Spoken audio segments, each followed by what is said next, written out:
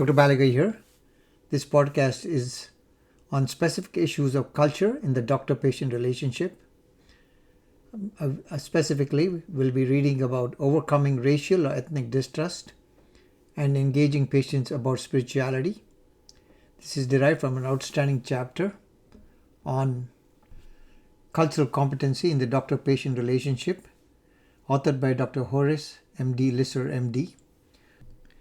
Dr. DeLisser is an associate professor of medicine and associate dean for diversity and inclusion at the Perelman School of Medicine at the University of Pennsylvania. He is a pulmonary and critical care specialist. He also is active in medical education. He is also co-editor of the book Achieving Cultural Competency, a case-based approach to training health professionals. This chapter is derived from Baliga's textbook of internal medicine, available at www.mastermedfacts.com. A short case. Rachel Jones is a 59-year-old African-American woman who was admitted for evaluation of right upper quadrant pain. CT imaging revealed a lesion in her liver concerning for a hepatocellular carcinoma. When you propose to do a diagnostic needle biopsy, she declines the procedure, saying, "All you doctors do is experiment on people like me." This leads you to suspect that she is distrustful of physicians based on the abuses of the Tuskegee syphilis study. Given your suspicion, what should you next say to the patient? A. Given the Tuskegee syphilis study, I understand why you feel this way. B. Let me reassure you, we treat everyone the same. C. I want to emphasize that this is not a racist institution. D. We are prohibited from doing things like that. And E. Please tell me how you came to believe this. We'll discuss the answer at the end of the podcast. There are a number of situations in which clinicians may find it challenging to provide culturally appropriate care. These include instances where there is a racial or ethnic distrust, engaging the spirituality of patients, and addressing cultural issues at the end of life. These are discussed in more detail below. A. Overcoming racial or ethnic distrust. Individuals from minority, disadvantaged, or marginalized groups may bring a level of suspicion or mistrust to their interactions with healthcare providers. These feelings may stem from personal experiences, either real or perceived, of bias or mistreatment. They may also reflect wider societal phenomena, such as undocumented immigrants who fear deportation, or historical events that contribute to a collective group distrust and suspicion of medicine, an example of which are the suspicions some African Americans have towards healthcare providers or biomedical research based on the abuses of the Tuskegee syphilis study.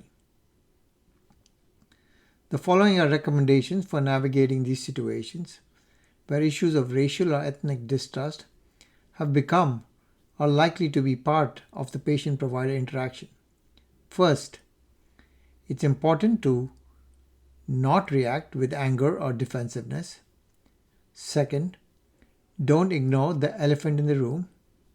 Instead, initiate a non-judgmental, respectful conversation about the feelings and beliefs of the patient.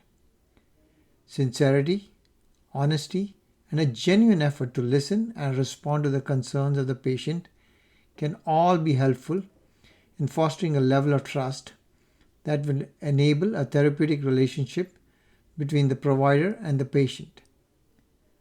Finally, the physician should emphasize his or her commitment to the well-being of the patient and then diligently and compassionately go about providing the best care possible.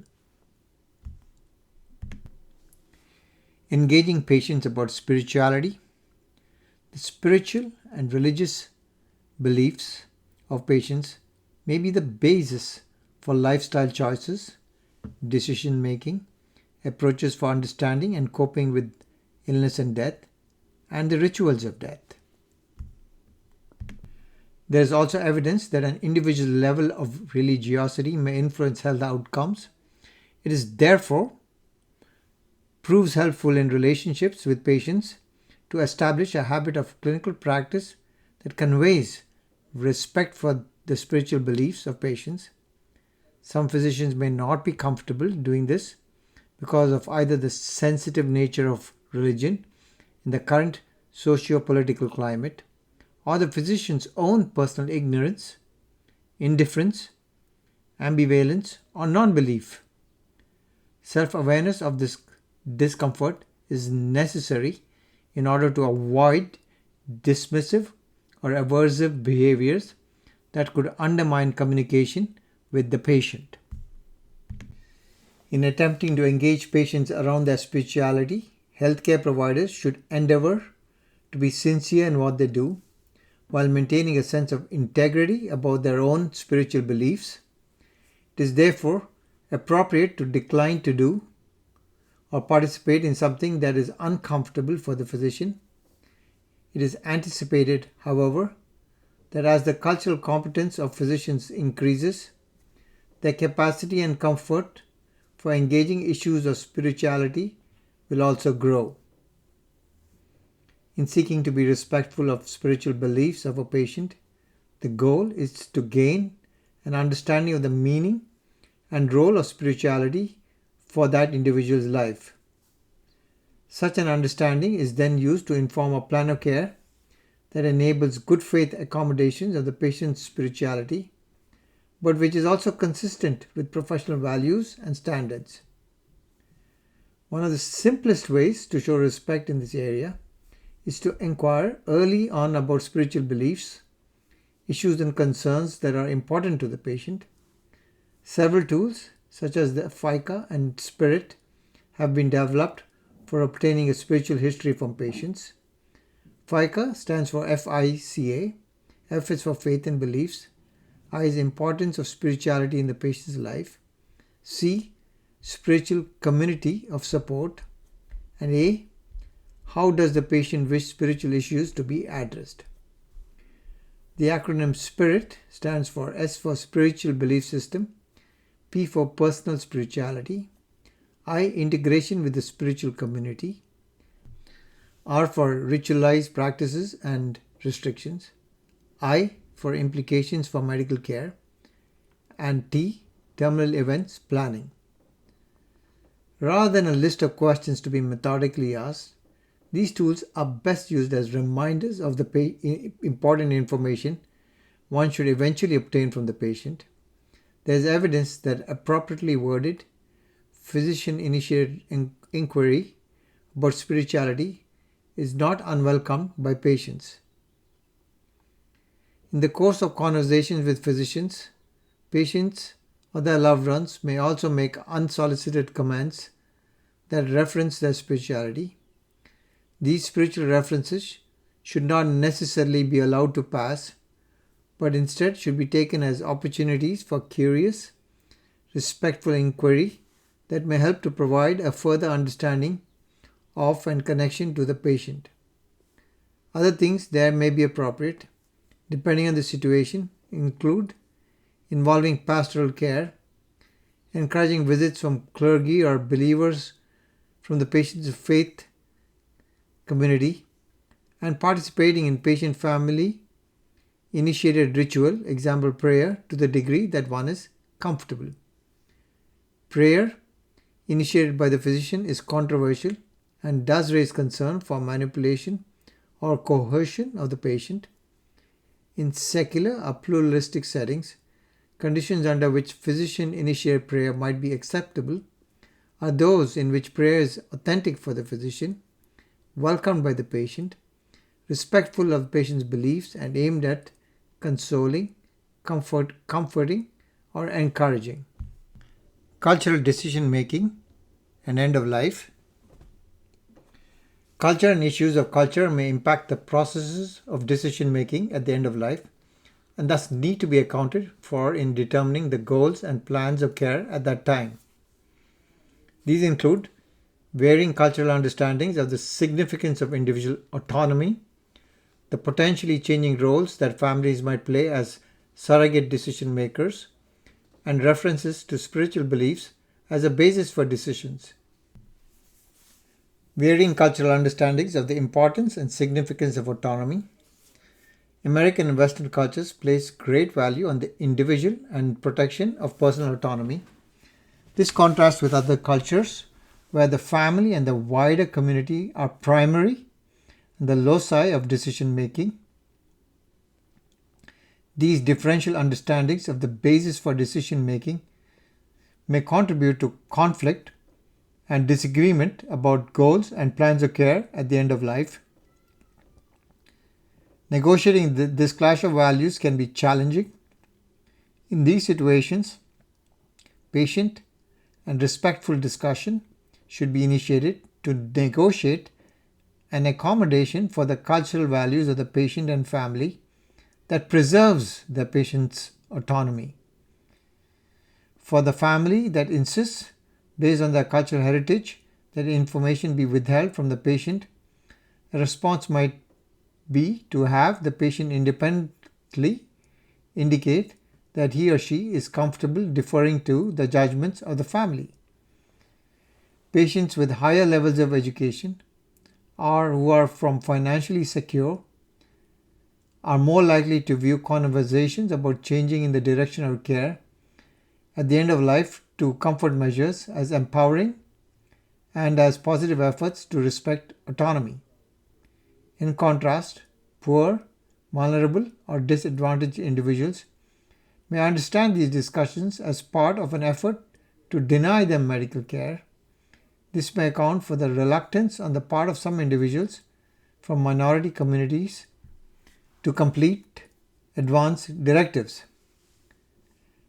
Families as surrogate decision makers. When patients lack capacity, the biological family of the patient is typically enlisted to act as surrogate decision makers. However, it is important to recognize that although there has been wider acceptance of same-sex relationships for gays and lesbians, the patient's relationship with their biological family may be complex and evolving in a number of ways. The patient may not have come out to their family about his or her orientation. The relationship between the patient and the family may have become strained after the family learned of the patient's orientation, or another group of individuals and their relationships have now taken the place of the biological family. These issues need to be considered in determining who can best serve as a surrogate for the lesbian or gay patient who lacks capacity. Spirituality and end-of-life decision-making. The spiritual beliefs of patients will often inform or guide end-of-life decisions, and American society places great value on respecting the religious beliefs and expression of patients. This respect, however, does not mean that healthcare providers always unquestionably defer to the patient, and is not insensitive to seek a further understanding of the patient's beliefs. Thus, when major medical decisions need to be made, particularly when they have life-threatening consequences, it is important to ensure that religiously motivated decisions reflect a proper understanding of the medical facts and issues and are derived from authentic, settled, non-coerced beliefs. Ultimately, this best involves a process that starts with respectful, provider-initiated conversation, but may be continued and or completed with further discussions with the patient's family, a chaplain, and or the patient's own spiritual advisors. It's also important to note that the personal values of a patient may differ significantly from the official beliefs of his or her stated religion. Thus, referencing the beliefs of a patient's religion is useful only if that faith tradition is still meaningful to the patient. In addition, patients may cite beliefs of their religion or denomination for their decisions, yet be confused or ignorant about what those beliefs actually are. Therefore, when assertions are being made about the requirements of a certain religion, it may be helpful to involve pastoral care or to encourage patients to discuss relevant issues with clergy from their faith. Going back to the case at the beginning of the podcast, Rachel Jones is a 59-year-old African American woman who was admitted for evaluation of right upper quadrant pain. CT imaging revealed a lesion in her liver concerning for a hepatocellular carcinoma. When you propose to do a diagnostic needle biopsy, she refuses the procedure, saying, "All you doctors do is experiment on people like me." This leads you to suspect that she is distrustful of patients based on the abuses of the Tuskegee syphilis study. Given your suspicion, what should you next say to the patient? A. Given the Tuskegee syphilis study, I understand why you feel this way. B. Let me reassure you, we treat everyone the same. C. I want to emphasize that this is not a racist institution. D. We are prohibited from doing things like that. And E. Please tell me how you come to believe this. And the answer is 9E. That is, please tell me how you came to believe this. There is no question that abuses of the Tuskegee syphilis study have resulted in an undercurrent of suspicion and mistrust among segments of the African American community. A generalization that might prove helpful in understanding the reaction of Ms. Jones. However, it would be inappropriate to act on the assumption that because she's black, she necessarily has this belief, which is a stereotype, without first confirming it. The best way is simply to ask an open-ended question that allows the patient to express the source of her beliefs, whether it's based on the Tuskegee syphilis study or some other personal or idiosyncratic experience. Then, as the conversation unfolds, subsequently affirm, without defensiveness, the values and sincerity of the healthcare providers and the institution. Another clinical scenario is patient is Henry Rogers, 55-year-old male with metastatic colon cancer, was admitted for respiratory failure due to a pneumonia requiring mechanical ventilation. After 5 days, he remains ventilator dependent and has now developed acute renal failure. It is anticipated that he will require dialysis in the next 36 hours. As Mr.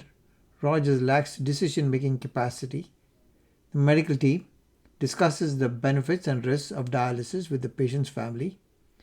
They are informed that even with dialysis, the probability that Mr. Rogers will recover to leave the hospital is less than 1%. The patient's family, however, insists that everything be done, including dialysis, because that is what they are required to do as Catholics. What is the most appropriate initial response to the family? A. Ask the hospital's chaplain to speak to the family. B. Encourage the family to speak with their priest. C. Determine the religious and spiritual beliefs and values of the patient. D. Ask the family to provide documentation about Catholic beliefs. And E. Proceed with dialysis as requested by the family. And the answer is 8C, that is, to determine the religious and spiritual beliefs and values of the patient.